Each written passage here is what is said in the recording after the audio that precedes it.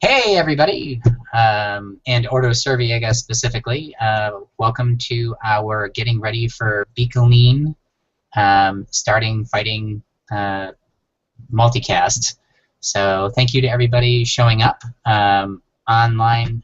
Today I have Adria taking questions from people either through chat or over on Facebook. So if you can only see us on YouTube, then you can just text over to her. And online today, let's everybody really quick run through one at a time and do some introductions. That way we'll have a good idea. So I'm going to say my character name and a quick bit about my role in Ordo Cervi, and we'll go down the line. I wonder if it's left or right. You know what? As I put you on the screen, then you'll be the person. So my name is Nixon, and I play the character of Captain Asher Fells, not unlike myself, but and I am the captain on the field for the heavy list group, which comprises more or less a majority of our on-field battles for the large grand melee. So then we'll move over to Cody.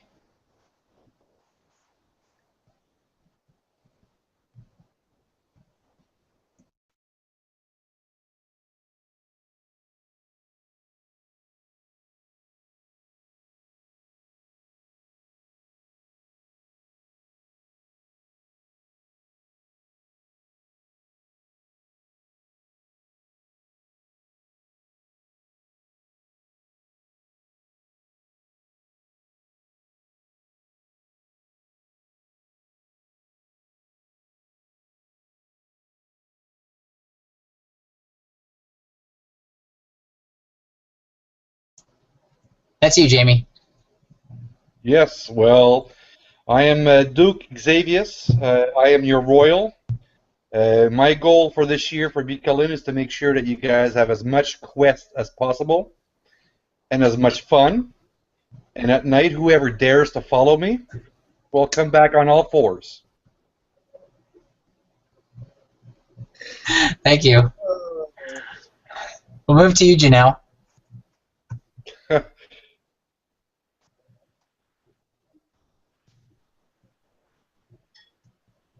Seriously, I don't know why you keep calling me that. What's going on with that? The name on your Google Plus account says Janelle, and we have no idea why. Okay, I'm not Janelle. Hi, I'm Adria.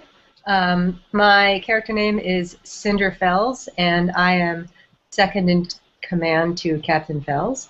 And my goal is to help Captain Fells make sure that everybody finds all of the fun and kills all of the things. All right, let's go to Mike. Sorry about that. My name's Mike. I'm Danger Mike on Facebook. I'll be playing Killian Crowless, a, I guess, bounty hunter who is being brought in by Rich's character Drake and Chimera. And, yeah, challenge accepted, Jamie. Bring it on.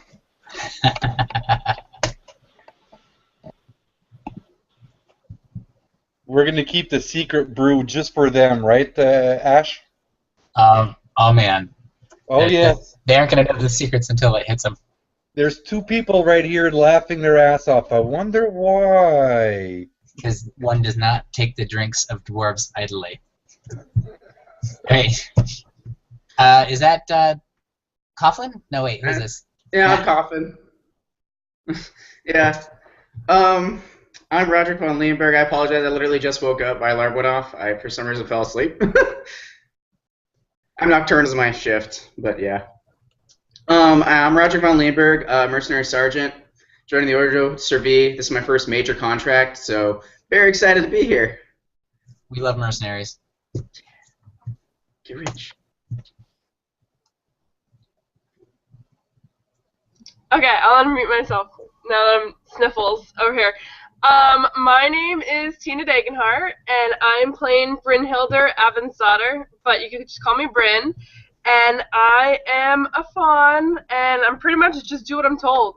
And I'm looking forward to all the parties. Yeah! And killing all the things. Killing all the things. Yeah. Okay, Tom, go now. My name is Tom Miller, and I'm the creative director at LARPing.org and the founder of The Voyage North. And I conned all of these people into coming to Canada with me, where I intend to murder them all in the woods slowly. By that I mean having a ton of fun. So, really thankful and appreciative to Captain Asher for stepping in and helping out with us. Obviously, we can't handle everything, so it's really awesome to see players step up and take on stuff like this awesome training hangout. And because he just popped in, we're going to go ahead and do our introduction to the one and only Jonathan. Hey everyone. Say hello. Character name, your name, all that stuff. We get someone dumped? It's my CEO. No, it's you. Go. Oh, hey. So, welcome to Ordo Cervi. I've seen a lot of great posts and a lot of great costumes. I think what I'm most excited about is there's just a tremendous amount of energy. Folks are engaged and involved. If you've been reading Asher's work, then you're going to get a really great feel for how the battles of the game go. Tom posted an outstanding piece on just the do's and do nots and how to integrate. It's going to be, I think, an exceptional year for role play and for making new friends and for really just making a mark in something that is, I think, unique in the world. There are great pieces that take place in Europe and Germany. People have seen Conquest, Mythodia, those sorts of large-scale LARPs, but they're not permanent. And I think we share something here that, frankly, after having been there and having done large-scale events, this really is the penultimate feeling, both immersive and one that feels real mainly because of its inclusionness. I think one thing folks probably should really be ready to do, and that's just dive in. I look at the example of Phil Krenz, our resident Aussie from last year. There wasn't anything he wouldn't try. He was absolutely neck deep in it. And if you go back to some of the other pictures, there's a great shot of him coming out of the river and basically his skivvies waving his sword around, and that was the energy that Phil brought. And if you bring half of that to what's happening, you're going to find yourself with an outstanding experience. There'll be inconveniences, there'll be small stuff, things to work through. Look to folks who've been there before. Look to yourself. Be self-reliant. Be resilient. And be prepared to have what's going to be a unique experience, probably unlike anything you've ever had. Just personally, for me, meeting and working with Jamie and the steps we're taking to expand the permanency of the guild was a very easy decision to make, and the range of folks that I met just reinforced in me kind of my personal faith in humanity. So that there's something reinforcing there, and for my brothers in arms there, and I think very unique commonalities to what you find in service as well. So welcome one and all. It's great to see the new faces. It's very good to see some very good old friends now. I guess I can officially say that you're old friends. A little bit. And ladies and gentlemen, that is the difference between someone who is commanded in the armed services and someone who was taught in the backwoods of New England how to do command.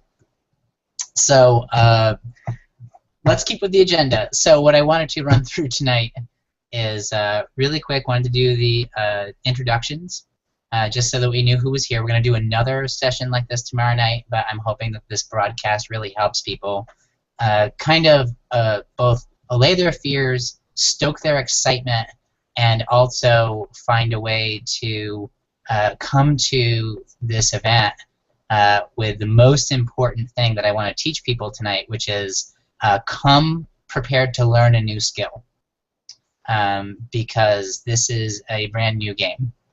It is probably unlike any other event that you are used to, and the thing that makes this unique is that I was very lucky early in my fighting career to have been exposed to a group of people in the Northeast who looked at their big war game and said to themselves, why are we limiting ourselves to roll and pretending like this is a game that can scale up, that 3 people is the same as 30,000? We need to find a different way to fight. And in finding that, I have a unique way of looking at these large-scale battles that is Pensic-like. That is to say, like the SEA event that has somewhere between 6,000 and 8,000 fighters on a field at any one time.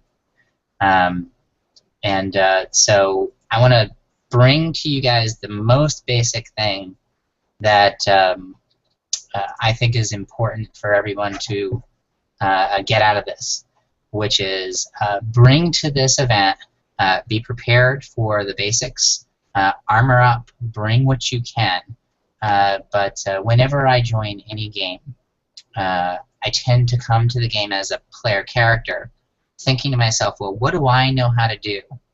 And what skill do I have that I can bring to this LARP that is most important? And the reality of Bickeline is that all of your skills in fighting and being in armor and being in a group will be useful, but you're going to have to learn a new Bickeline skill, which is this type of combat involves a very different way of thinking of a battlefield. And you can't prepare for it. What I need people to think about instead is to mine their personal abilities to be armored and then get on the field and learn a new skill. I was actually going to bring up some examples, but so the first thing we're going to do is just go over a quick overview of what we did last year to prepare. Then we were going to discuss with some of the newer members things like what is your home LARP like? Like, start thinking about if you have a home LARP, like how do you line up? What's the largest battle you've ever been in? What how do people begin strategically fighting when the groups get bigger and bigger? And then we can use that as a jump-off point to say, well, at Bickeline, it's different because of this. And then we'll just talk about how to prepare and answer your individual questions. So Mike is on twice, and I've gotten kicked off. Okay, so is everybody... Can you guys hear that? That Mike's on twice, and... All right, let's see if I can knock Mike out. Mike, which one of the two of you do we want to knock out? Not this one. Okay. Did I do it wrong?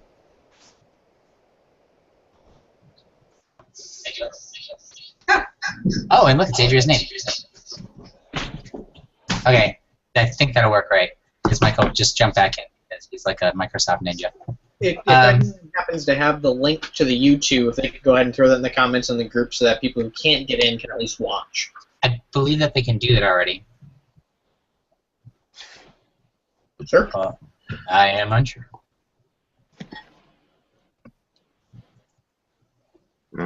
Nope, negative. I do not know how to do that. And if I do that while we're doing this, it's going to get ridiculous. Okay, so everybody muted?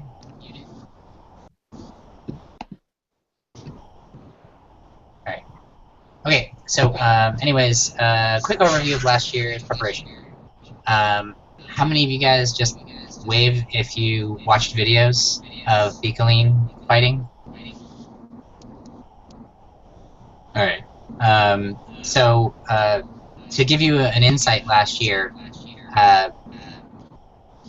we went and watched a lot of the videos, specifically the 2013 one, and that one was hilarious. Somebody's not muted. I can hear myself twice.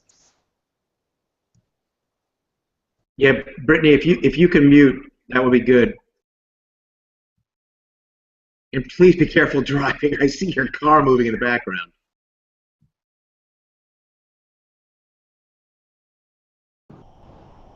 Ah, yes, resident danger seekers all around. There we are. You guys hear me now?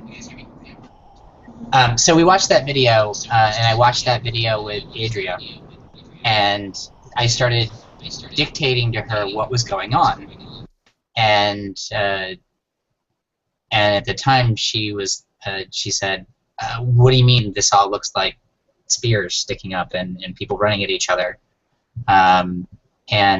Now, a year later, Adria, do you want to kind of talk about how it felt like watching that video and coming in and with preparation? Sure. So when we first watched the video, it just looked like chaos. It was just a bunch of people all running around. I could not see what the strategy was. I couldn't tell what the tactics were. It just was complete and utter mess.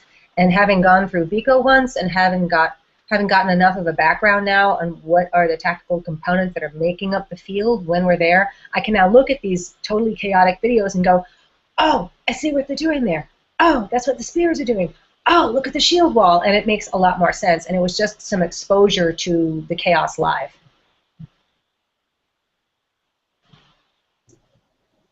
So one thing I would recommend when people watch the videos, just to kind of give you an insight, commanders of these large-scale battles can actually count the force of the army that's coming up against them based on the number of spears in the air. And that's how you count force strength. You don't count shields, which shows you how much I think about shields. But shields are an important component of what we're doing. But in this game where you have a 9-foot reach and a 7-foot karate chop, being able to interpret the field differently than you normally would, you don't count units the same way you would. And so once you've gone through this game 1 year and experienced it live, you're going to understand kind of the craziness of some of those videos a lot better. So that's one thing about preparation. The other thing is that a couple times, say for instance on the Facebook lists, we'll talk about, well, you know, you need your armor and shield, and we're gonna be okay for tactics, and then somebody say, oh yeah, but you know, monsters are really crazy, or well, unless a siege weapon hits you. I think I can count on one hand the number of people I've seen a siege weapon kill.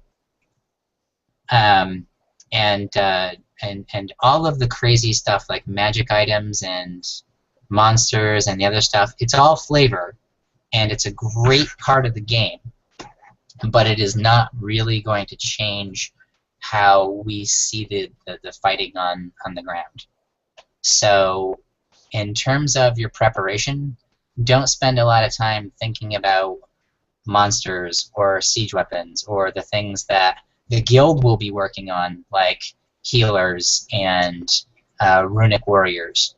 The guild and the council work on all that stuff. The individual preparation, really the most important parts that we found after having gone 1 year are good shoes for running around all day, especially getting wet. Good socks. The concept of bringing 2 weeks worth of dry, squishy wool socks that are really good, like that cannot be underestimated.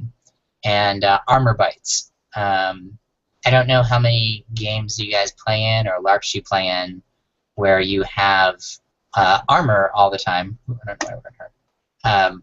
But the biggest danger that most of you guys will face in terms of any part of the game is actually rolling over on your own armor and getting bites from it. So when you are preparing to come to Vico, make sure you can do stuff like kneel, stand, roll. The ability to go down and come back up again is so important, because I cannot name the number of times where, you know, you won't twist your ankle, but you will trip over somebody. And not being able to get back up again is difficult. You will oftentimes be crushed, like at a big rock concert, like where everybody's pushing in against the sides, it is just like that. And you're going to want to have a kit that either protects you from it or a fortitude that prevents you from freaking out when it happens. But the biggest thing that I can say to help prepare you for Bicoline is Bicoline is a full touch combat where everyone is crushed shoulder to shoulder.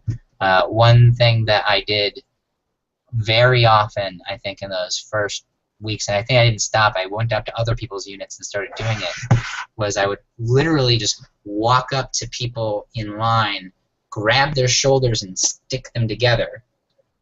And the importance of being tight when you need to be tight and loose when you need to be loose is part of the Bico fighting game. Remember, we are one big character. We are Ordo Cervi, and Ordo Cervi's stats are us when we're on the field.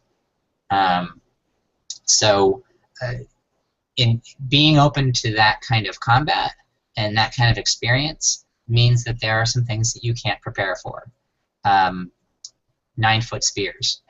And I think the best person to, again, I'll turn back to Adria and make the joke that we made earlier on. Adria, how long had you ever used a spear before Bico, and how long did it take for you to learn how to use a spear? I had never used a spear before. Not only had I never used a spear before, but I had never participated in a battle with more than 100 people. So walking onto a field where there are hundreds and later on thousands of people, the spear was super mega easy to pick up. There are some basic ideas, and after that you just go in the right direction and kill all the things. And essentially the way I teach people how to use a spear, as I refer to it, is a 9-foot slap fight. You do exactly the same things you would in a slap fight right in front of somebody, being like, oh, gonna get you, and then whack! And that's what it is, except, you know, all the way across the room. That's what using a spear Bicoline is like. And once you kind of get the hang of it, the hang of sliding in really close to people, then that is... So in preparation for Bico, we had 0 spears. We borrowed 2 spears. We had 3 spears by the end of the event. And I'd say they did almost half the killing on the field, aside from our front lines were just amazing. But spears and polearms conduct half the business. And that's part of the nature of the battle. Shields are so necessary and needed, but not in the same traditional way that you would be used to in a smaller, fair LARP. You use your shield and your arm sword to actually protect yourself from more than one person at a time. So let's do the other thing we're going to talk about, which is let's talk to people about what the tactics they're used to are. Does anybody want to volunteer to say what their local fighting game is like? Maximum number of people. Oh, let's do Cody. All right, Cody, go ahead.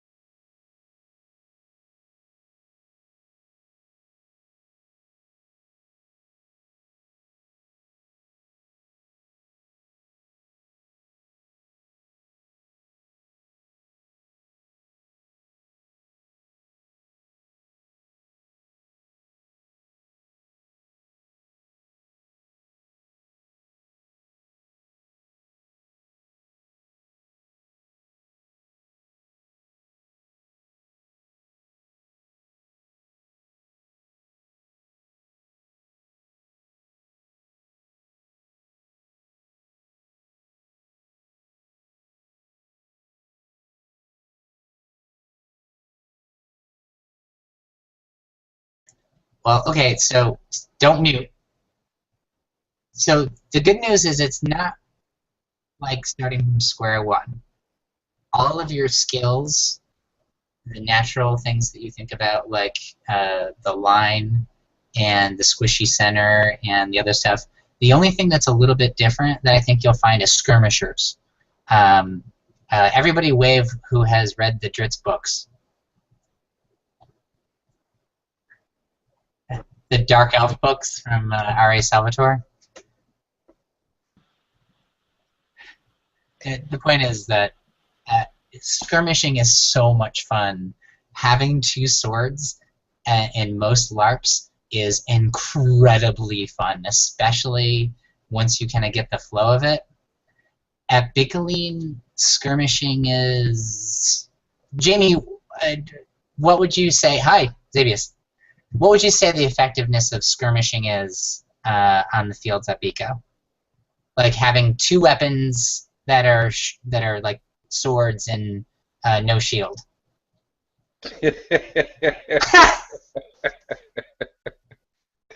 Okay, anybody has high expectations of being a super martial arts ninja? Forget it.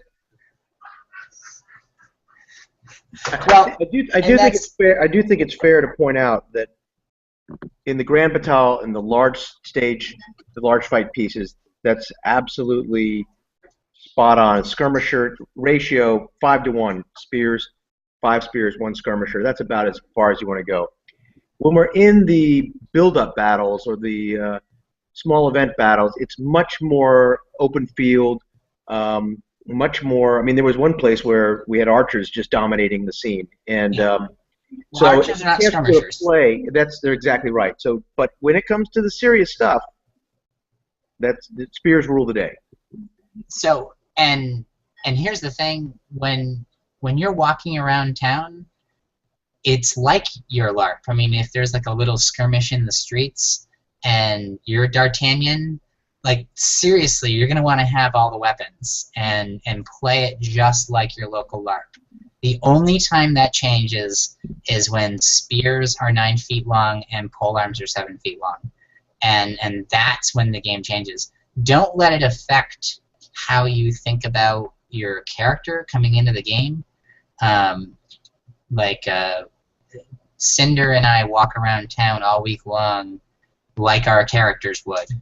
And then when war happens, you know, we put our war stuff on and we cross the bridge and we become Ordo Cervi. Everybody can do that in different ways at their own, you know, freedoms. And I have no desire to tell people what to do at any point. Just in terms of preparation, and the most fun is that Ordo Cervi is this fanatical creature that when we are together, it is our intensity and excitement, I think, are the things that arm us better. And then our ability to execute on the field, having never been there any year before last, I don't think people are going to underestimate us the same way again. So we're going to have to make sure that, you know, we just bring that same level of fun and expertise to it. Jonathan? No, I think that's absolutely right, absolutely spot on. And there's a set series of moments. Definitely, the penultimate event is the Grand Battale and the events leading up to that. What's going to be thrown at us new this year? There's still, I think, quite a bit of unexpected surprises for us. But if you're ready on the field in a line of spears and shields, then as things change, no plan survives contact with the enemy, we'll be ready. Great. So really quick, let's do some Q&A. Does anybody have any questions coming into Bickeline? And we'll talk about Grand Battale. Do you have any questions about your kit coming into the Grand Battale? You can just jump in. So personally, I've had a problem with my helmet. I've been meaning to post pictures, but I've been busy. Where the nose guard rests right here on the center, I'll be able to run out to my card and show you of my nose, and it's pointy and sharp. And I know if I have a shield, which I'm predicting I will be, and I get hit in the face, I'm gonna have a broken nose. So Forget that. yeah, exactly. Forget So that. Even if you try to bend it out, it's too low. You're gonna smash your nose. That's why I was wanting some opinions, because I really, really, really, really, really like this helmet. Like I painted it and everything. So You're the guy with the epic armor, right? yes, Which helmet did you get? I got the Dark Barbosa. I don't know how to pronounce that. I can post a link of it. The Saleh or the Barbuda? Barbuda, No, that's it. The Barbude. Okay, Yeah, is the it one visor. the visor? It's not They the call it- visor one. It's the No, it's the That one. visored one. I can run out to my car and grab it real quick. Okay. Well, what I want to say quick are how the fights are going to be done from the whole week. It's the same one that Phil had, I think. I think that worked all right. Yeah, well, I don't understand why it's setting on his nose though. If it's a Barbuda, because the Barbuda is way up here. You got the visor down, right? Well, I have the visored Barbuda as well, so that's why I don't understand. I'd like to talk about the fights that are going to take place at Bikalin. sure. Okay, typically what happens on Mondays, Tuesdays, and Wednesdays are settling of accounts from other guilds. It's a free-for-all. Any guild could say, I challenge such a guild. You register yourselves. There's typically 3 fights in the afternoon. The scenarios vary on the different battlefields, so it's never the same one. It also varies on armor type. Now, on Wednesday, there's going to be a special activity. So I don't know if there's going to be skirmishes, but we're talking about a sort of triathlon marathon with obstacles type of thing. Thursday is a big battle. Now, it's not the big battle on Saturday, but it's quite similar. Sometimes monsters are allowed out. Healers are typically allowed on a Thursday. And this is pretty much of a hardcore scenario. Now, from what I heard is that this year it's going to be the ravine scenario. Last time there was the ravine scenario, I was caked in mud from head to toe, and it was the best fight I ever had. Whoever's been to Biko, it's where the ravines, where the monolith is, both clashes in the middle. So they're probably thinking of recreating that this year. Friday is the same skirmishes as Monday, Tuesday, Wednesday, and on Saturday is the great battle. Now, obviously, we all go out and get drunk on Friday, so we're all hungover on Saturday. But you got to hold back a bit for the simple reason is that from 11 o'clock till 5 o'clock, you guys are fighting, and fighting. At the end of the day, you're going to want to strip your armor off before you even get to camp. Don't do that. Keep it on until you get to camp.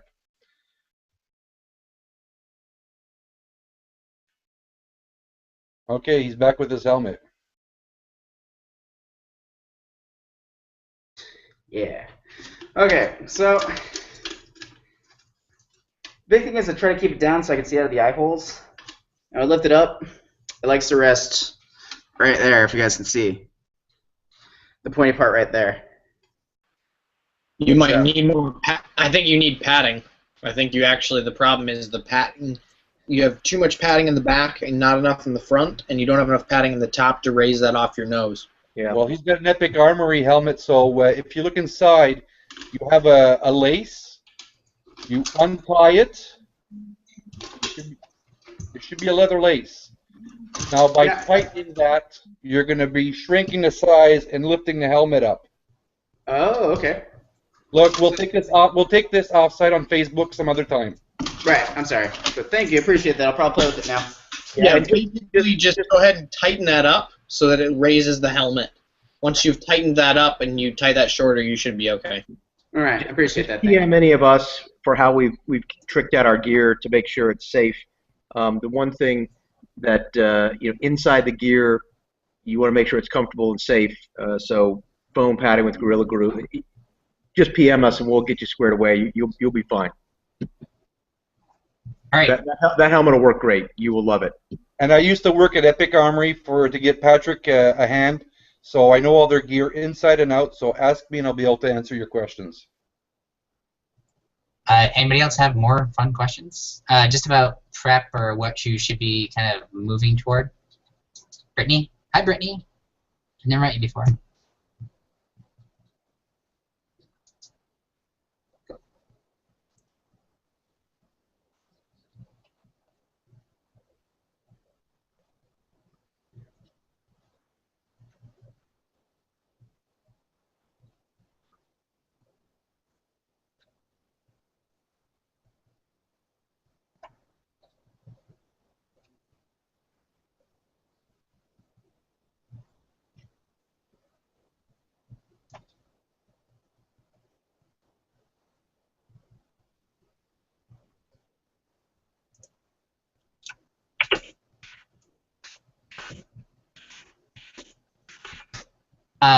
So I guess I can answer the chain question, and then honestly, Xavius is the best answer for what's out there for mantles.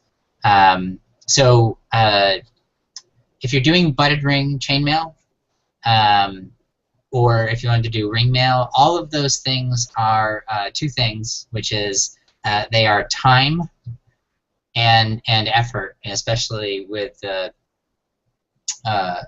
the grips and what you have to use for like chain and stuff. The way I did mine is I did it at a 5/8 size dowel, which I think is just about the largest you'll want to do. And that way it still looks like a decent chainmail. It doesn't look like, Duplo blocks for chainmail. Is that a North American thing? It doesn't look like children's chainmail. It's small enough to look big, but not 3/8, which is tiny. And butted rings will work just fine. I've actually seen examples where butted rings will actually stay together, where some of the riveted chain that you can get. I know that Adria has a riveted chainmail skirt, and when I wore Xavius's chainmail skirt at one point. I don't know why I'm talking. I'm not like serving. Chainmail is easy to do. The other types of armor, like the scale mail, takes a long time to do. So, I mean, if you think that you can plow through it and get a whole shirt done by Biko, that's great. It takes me about 4 or 5 months of busy work to get that stuff done. But that's perfect. That is metal armor, and that's worth, what is it, 4 or 3? 3, because it's leather, hard leather, all forms of metal that are even mildly attached to something else, and then plate mail. That it? So Gambison gives you 1 point. Soft leather gives you 1 point. Hardened leather gives you 3 points. Chainmail gives you 3 points. Plate metal gives you 4 points, but it's not cumulative. Right. So precisely that. So with armoring stuff, like try to get up to the chainmail, rivet mail, anything that has something metal in it. But even hardened leather isn't that bad. It takes about 2 shots from a spear to kill you, as opposed to the 3 shots it takes to kill the other butted types. So, I mean, I literally just spend the entire game math thinking how many spear shots does it take to get killed by something, because spears and polearms are majority of what is killing most people. The other stuff is only that if you let somebody slip in and they start, hacking away at you. Did I answer your question? I have actually one comment to make, which is that one of the things you're going to want to think about is heat control. The first couple of days that we were at Biko last year, it was in the 90s, and it was very, very hot. So when you think about your gear, you're going to think about how easy it's going to be for you to stay cool, how easy it's going to be for you to pop top and take water.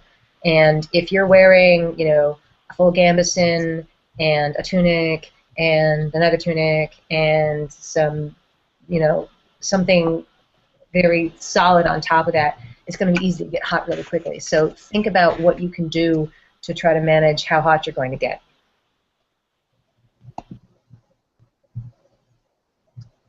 Fantastic. All right, more questions. Anybody have additional questions? One of my favorite post-interview questions is there anything else that you have a question about for the heavy combat for Biko that hasn't been answered? And this is just strictly for the heavy combat. You know, when we basically what we refer to as bridge. When we cross the bridge, there's a different kind of fighting that goes on, that mass melee fighting. That really starts on Thursday, although, you know, it just depends on the games. You will have an opportunity to fight almost every form a couple times a day. There are competitions and small skirmishes and a whole host of goofy things that happen. There will be no time where somebody is denying you the ability to fight with weapons form. There will just be times when there will be other types of weapons that you'll have access to. Brittany has a question. Oh, Brittany has a question. That we'll want to, you'll want to switch into that heavy gear mode. So Brittany had a question.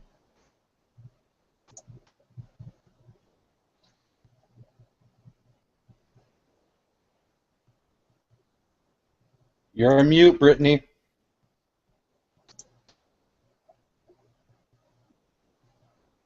Try to help that. Hold on.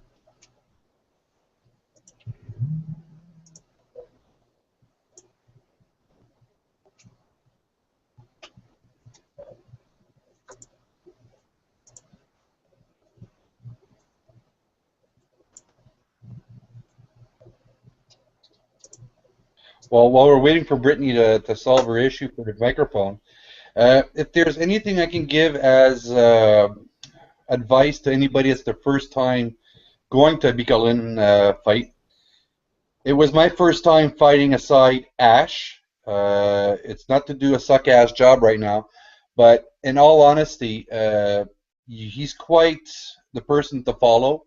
I've never seen anybody that goes balls to the walls and attacks everything. So don't worry about if you never had this experience before. Just stay close to your teammate. If he assigns you to a left flank or right flank, stick to the flank and listen to his condescending, arrogant voice on the field. You will not miss it. It'll be the loudest out there, but you gotta love it. Off the field, I'm completely nice and wonderful. So, did Brittany get back in? Can you guys hear me? I can.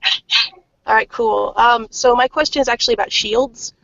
So I have a latex shield, which is a punch, and I like it, but I prefer my strap shield, which is more of, I guess, an amp guard style shield. It's a, I don't know exactly the measurements of it, but it's a pretty much a foam round with a nice applique cover on it. Is that legal?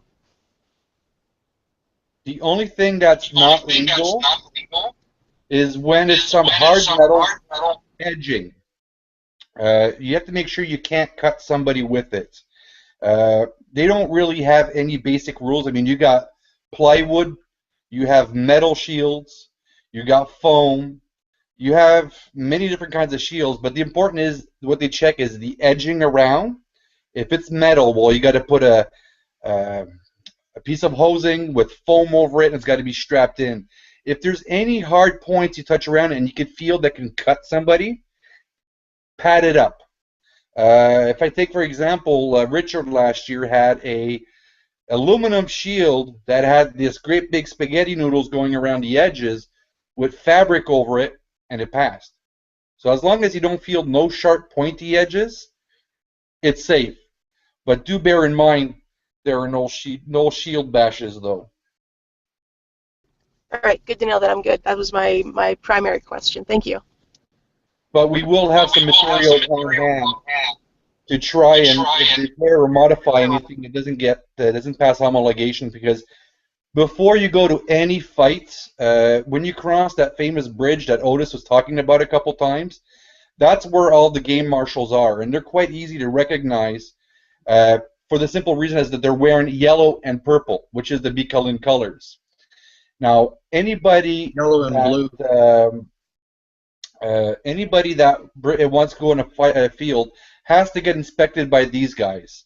Now, they check see if you got your ticket, which is around your wrist, and they check to make sure that each and every weapon has either a Bikalin sticker for the shield, or they give you a little paper thing that you wrap around your weapon. Now, this confirms that a marshal has inspected your weapon, and it will allow you to go onto the battlefield with that. Now, if you didn't get it checked, you don't get those stickers, well, sorry, too bad, so sad, it stays on one side of the bridge. So, again, we'll bring your weapons massively on Monday morning. There's lineups in front of these booths. We get all our weapons checked, and if there's a weapon that doesn't pass check, well, we'll have some basic gear, Gorilla Glue, foam, duct tape. I'll let the engineer fill in right now because I know he's been building a lot of stuff, so he's going to be bringing supplies with him. Super glue, Elmer's glue, believe it or not. There is also latex, the same stuff that you would fill around the windows, you know, to close up cracks, is remarkably flexible and great for maybe a week. But makes a great filler for when, you know, you blow something out. We're going to be, you know, and one of my big fears coming into the event this year was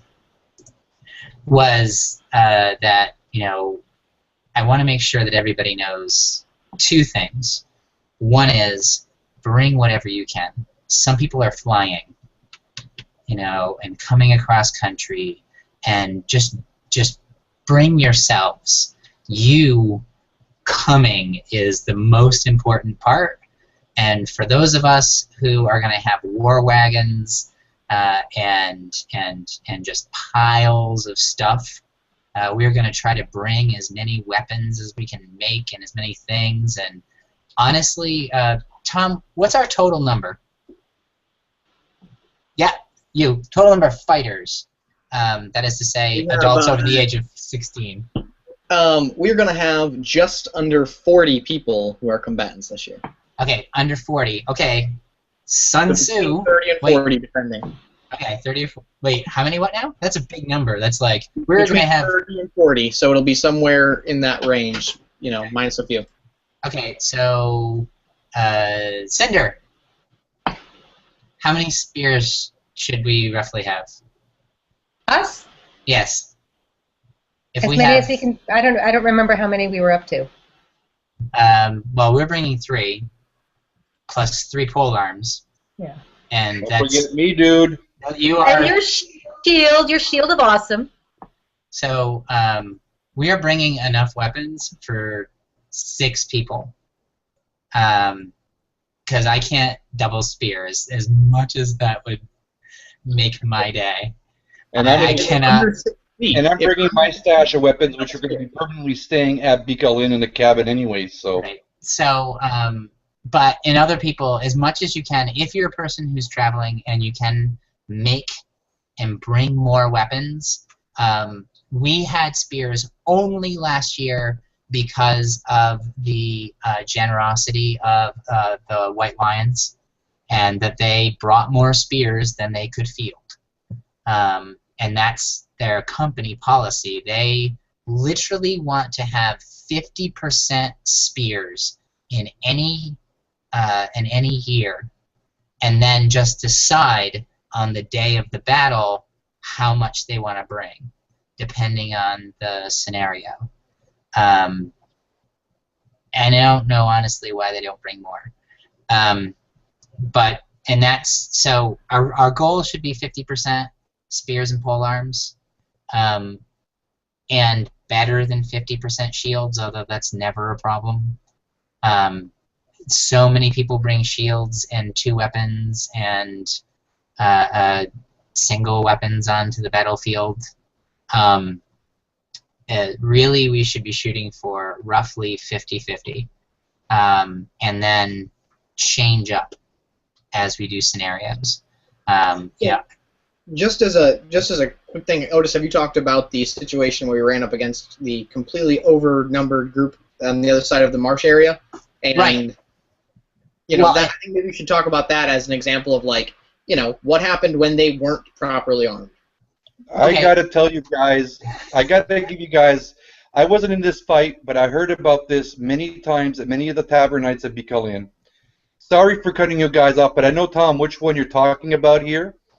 And this is written down in the Becullion lore right now with the White Lions.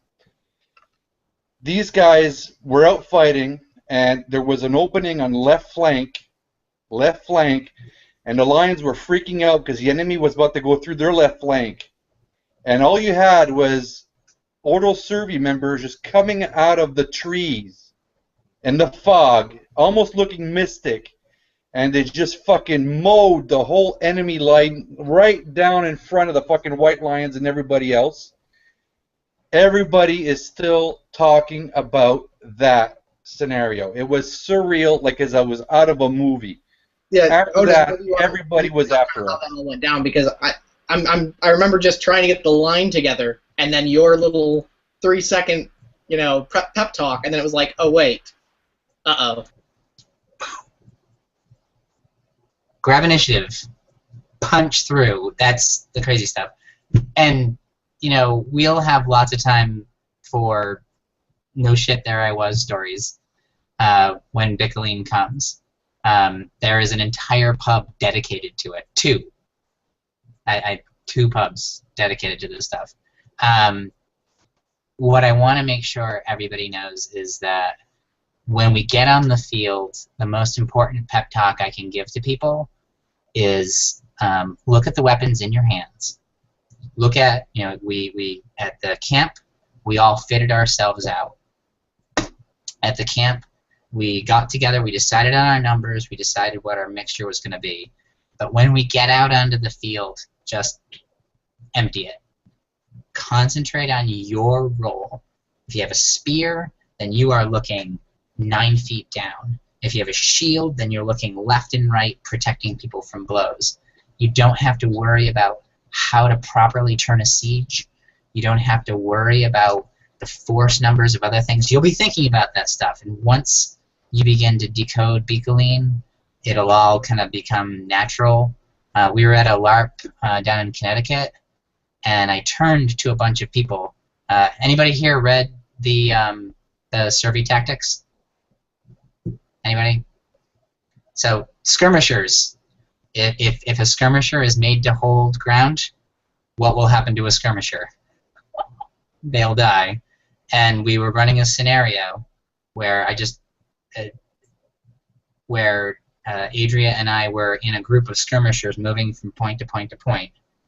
And the exact thing that I feared was going to happen, which was the army figured it out and tried to attack our skirmishers in between 2 points. And I bolted.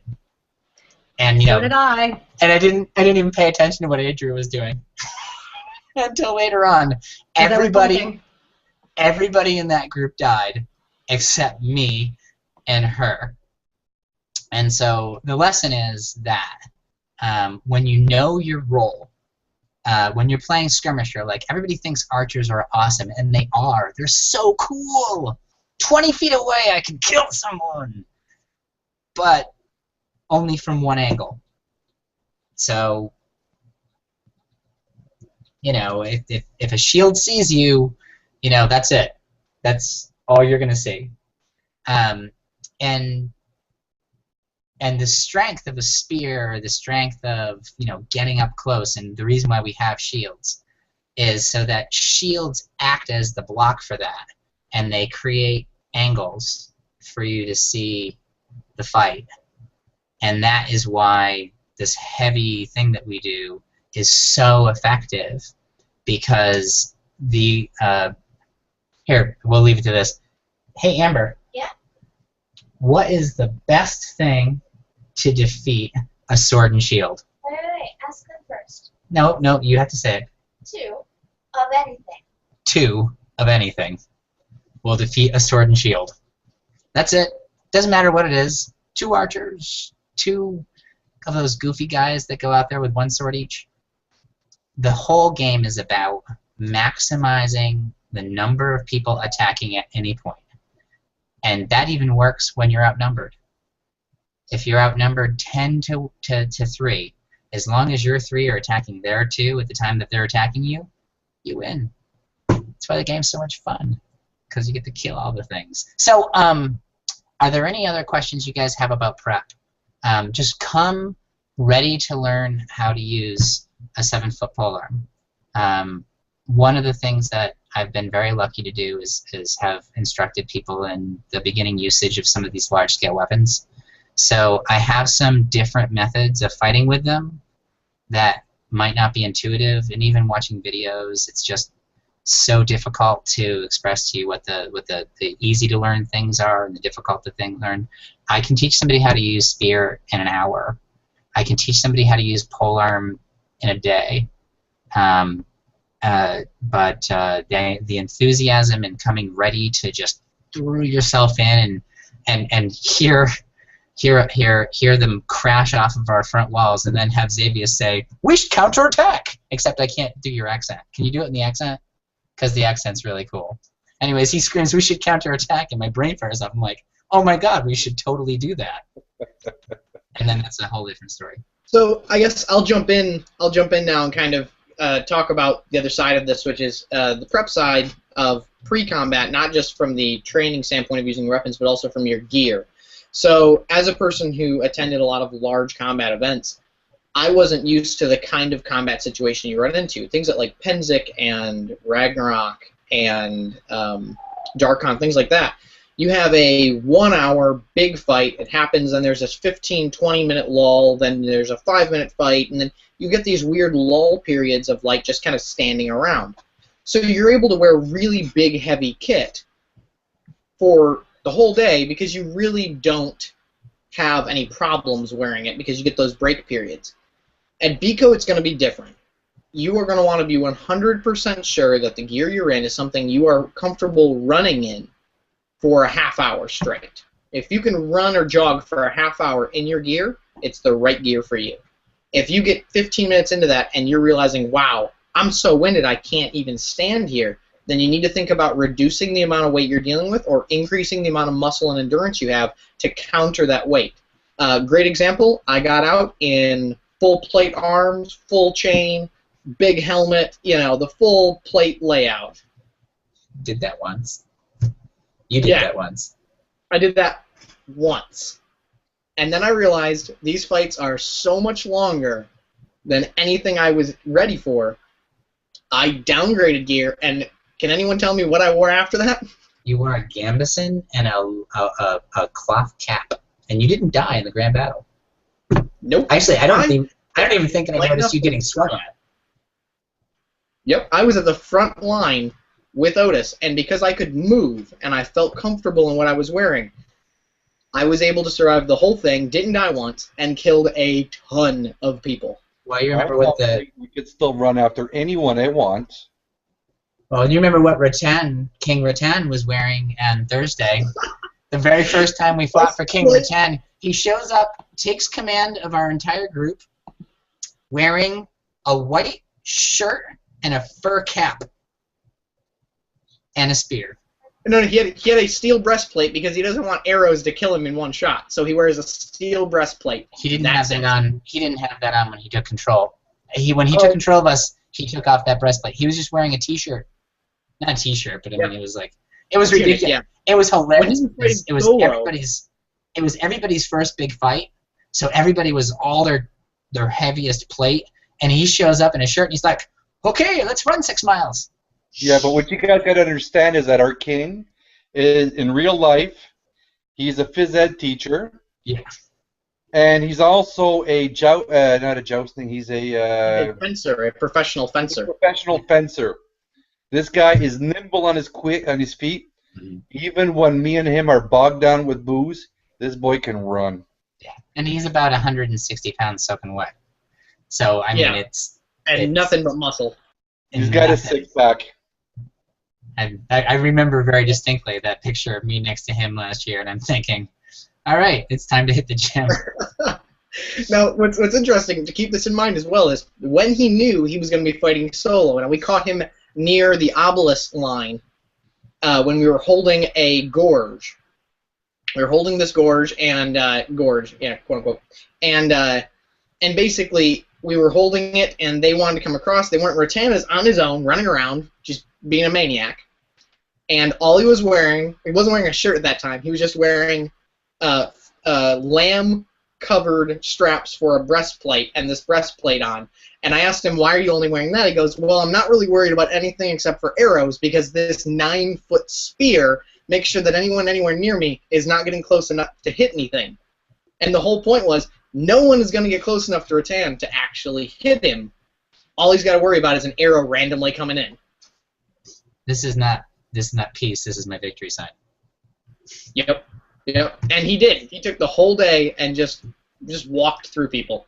Fencers love spears, by the way. In the SCA, during some of the largest wars, fencers will eschew their swishy pokey battles, throw on minimal gear, and these large SCA fights you see on the internet, they look so tough. Oh my god! And really, majority of the killing is being done by these fencers in the back going. So it's really a range game. It's a skill game, but it's a team game.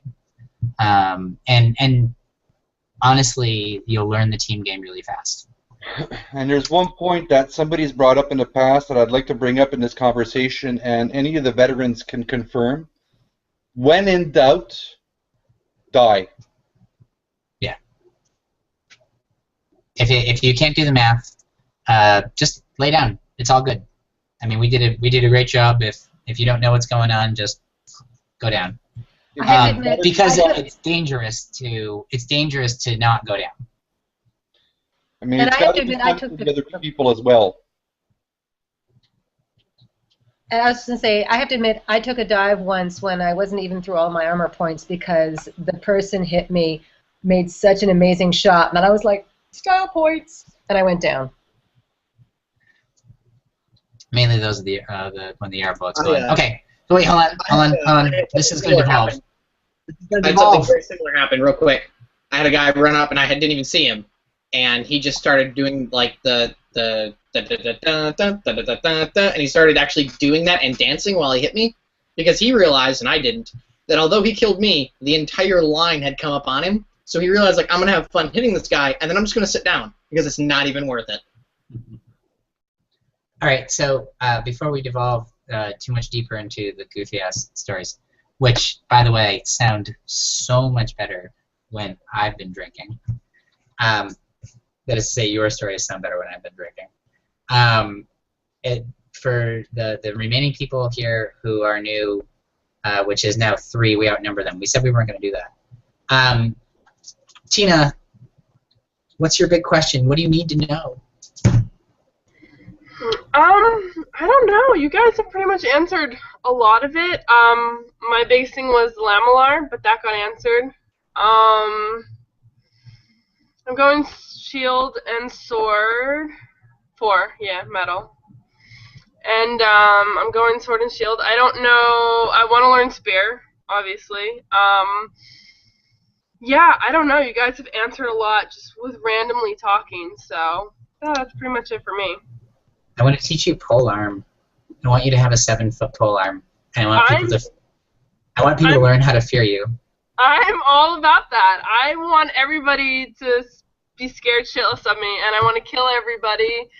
And I'm really good at taking orders and learning, so I'm excited. I don't know. I got all my armor. I just have to worry about padding my helmet, because I don't want to wear my SCA helmet. It's too much.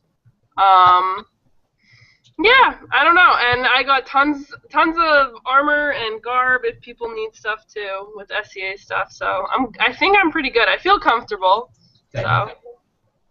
Well, bring extras where possible. Sometimes you're going to want to garb down. Sometimes you want to garb up.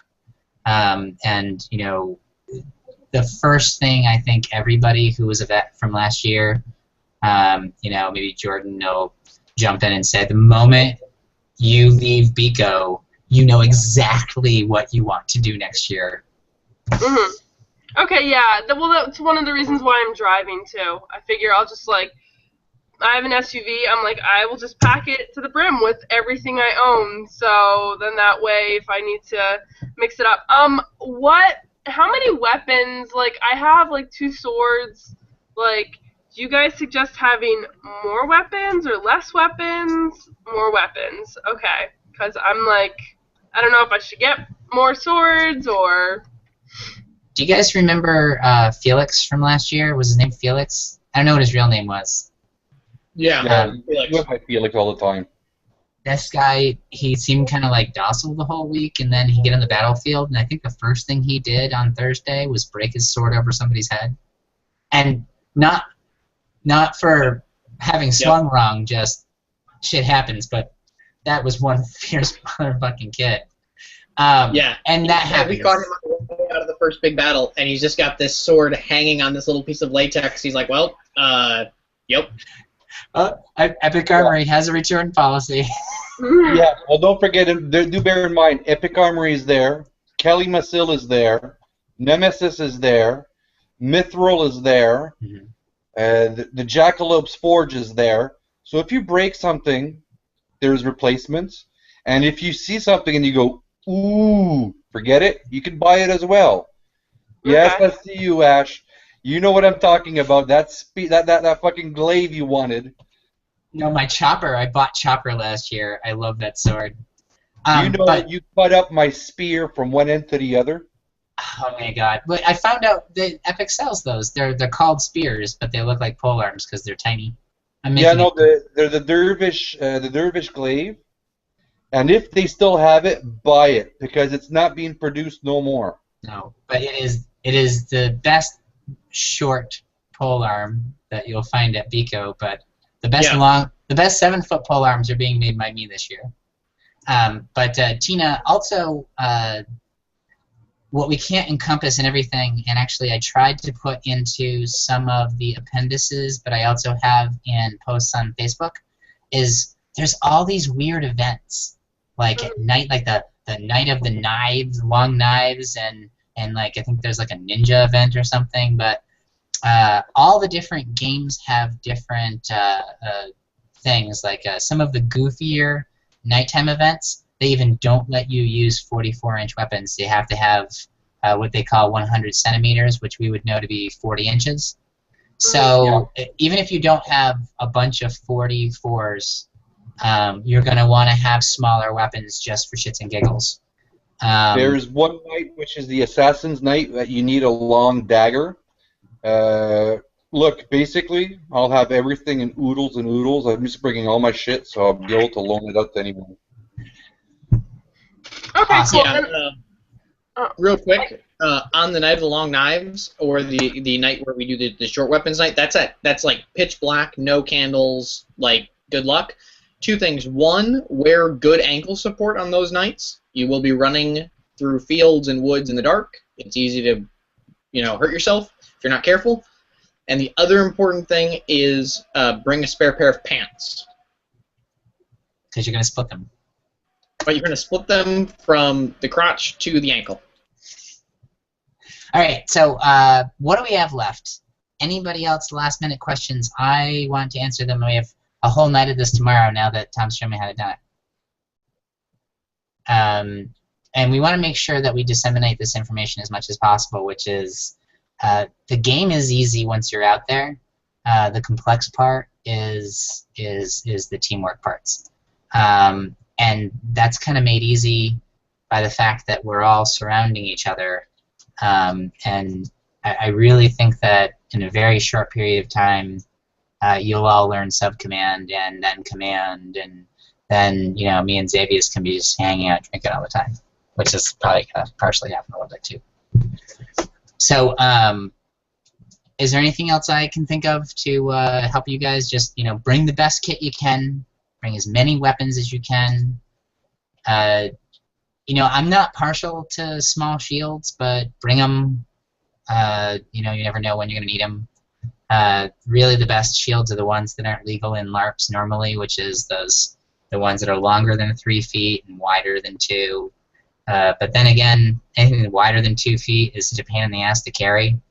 I'm making Xavius an amazing kite that'll be light and allow him to like crash through everything. So, you know, really, and actually I'm making one for Tina too now, I guess, which is awesome. I'm so excited. So the key is you want to have as much protection from nose down to ankle, but you want it to be light enough to be able to carry, as Tom mentioned, 4 hours. For 4 hours. It's a long time. So, you know, the last salient detail, I guess, before we close up and say thank you is you can Facebook. Well, sorry, I want to cut you off here for a second. Another big thing, okay, it's great you guys have concentrated on the weaponry, on the styles and everything like that, but I think that a big part that's really important to think about is sustainability. How are you going to be able to sustain yourself to make sure you're still kicking ass after 3, 4, 5 hours? My recommendations are hardened water bottles. Don't get water skins because you get knocked around, you burst them. Epic Armory has great leather cases. Another thing for the battlefield, which is probably important, is that in between skirmishes, between scenarios, have some kind of trail mix or something that's going to give you a lot of boost of energy again. But replenishing the electrolytes is a very, very important fact. Like when I go up, I bring up two bottles of water and something in my pouch. Well, I quit smoking now, so I won't bring cigarettes, so I'll probably bring my vapor or something. But anything that, for the half-hour, 45-minute time, you can refresh, lie down, and recuperate, and go and kick ass again. Awesome. All right, that's great. Great advice also for staying hydrated. And my ex has this great Viking fish thing. I have to make sure to get an order of those in. It's like dried fish. And if you like fish, it's wonderful. If you hate fish, it's disgusting. Yeah, they're actually from Iceland. They visited Iceland and found this thing, and they're getting them imported. It's pretty cool. The little runt probably knows what it is. All right. So here's the finals. Okay. So thank you, everybody. Listen, Ordo Cervi is a fanatical devotion to the guild, in my humble opinion. And what that means is anything you guys need to know, me and the others are available for questions. Text me on Facebook. I don't care. I will respond as soon as I can and answer any question.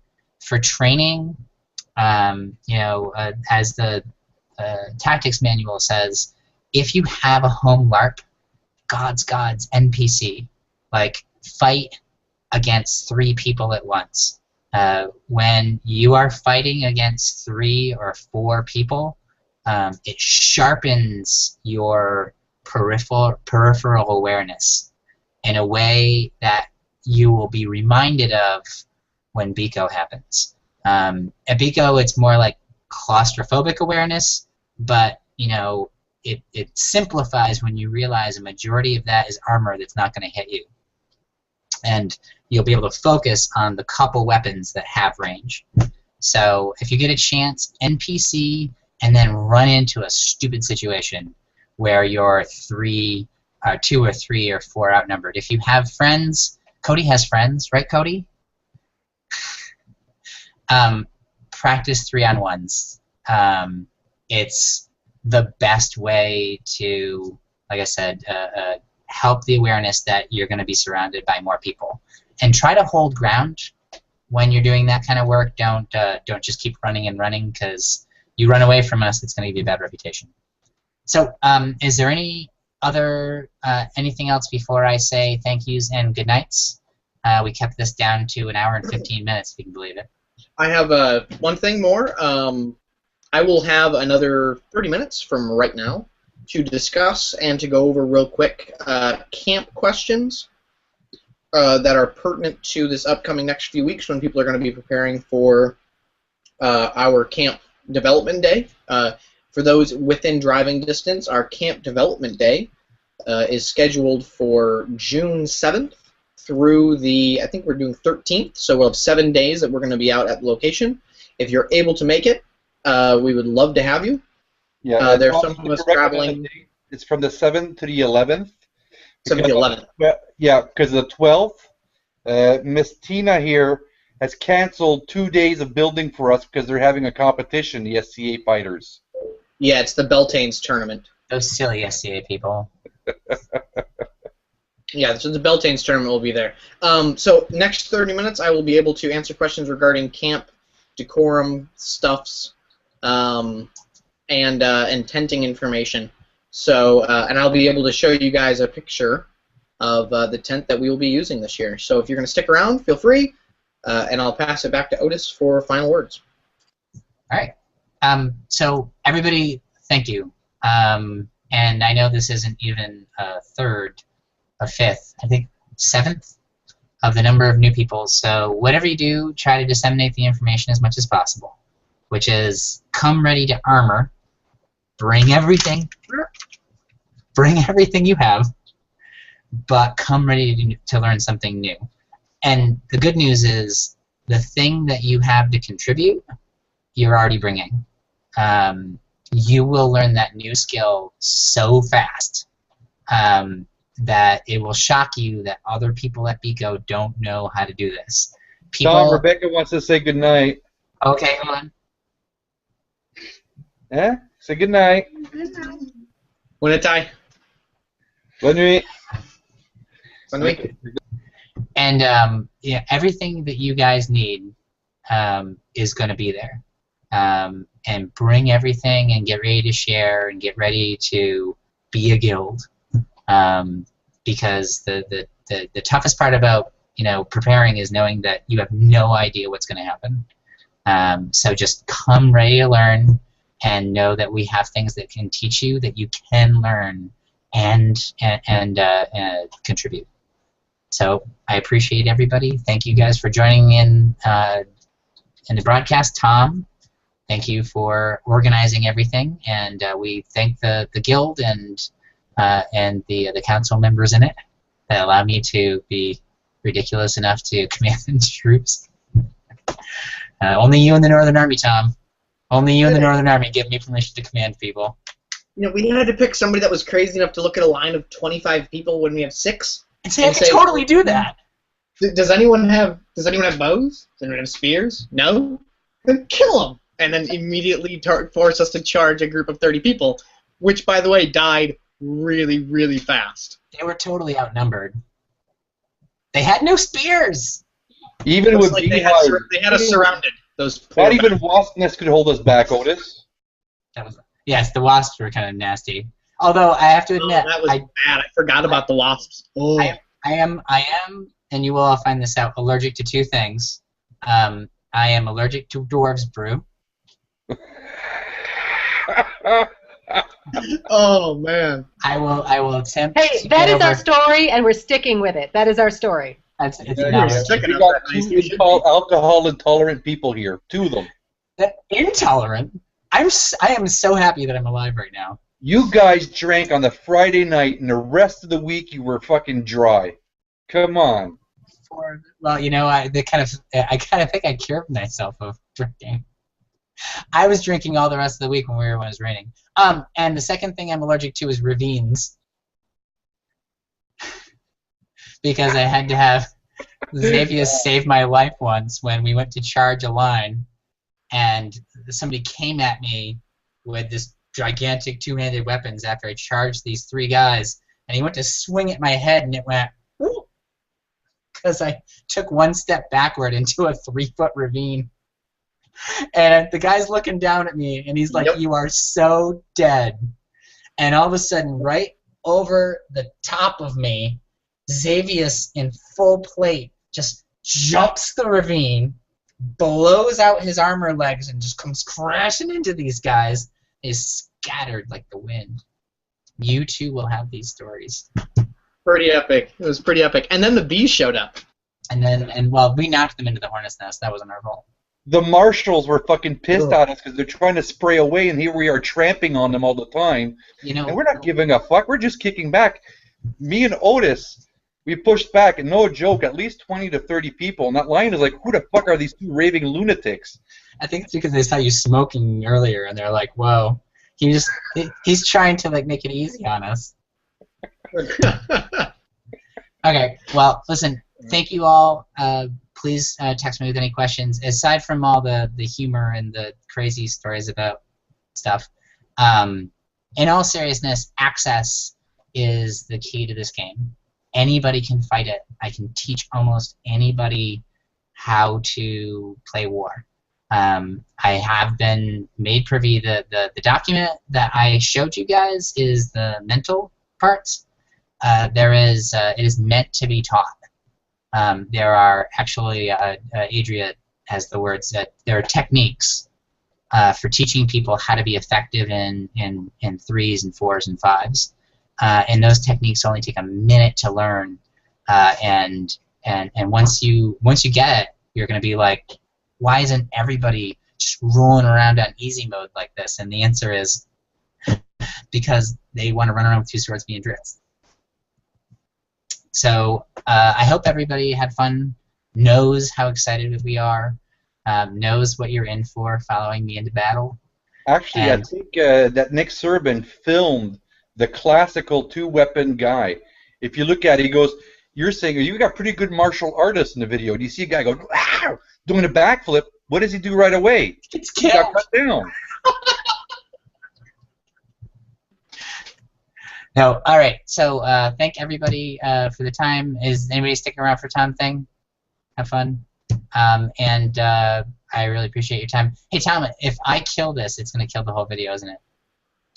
Yeah, it might. Do we want to see what happens? Yeah, go ahead. We'll find out. If not, I'll see you guys tomorrow.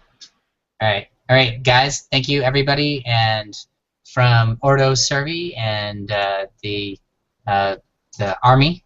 I want to thank Jonathan Jet Palmer and the other stags who showed up to tell their silly stories. But please let everybody know, that we're gonna have a great time this year and look forward to it. Thank you, everybody, and stop broadcast.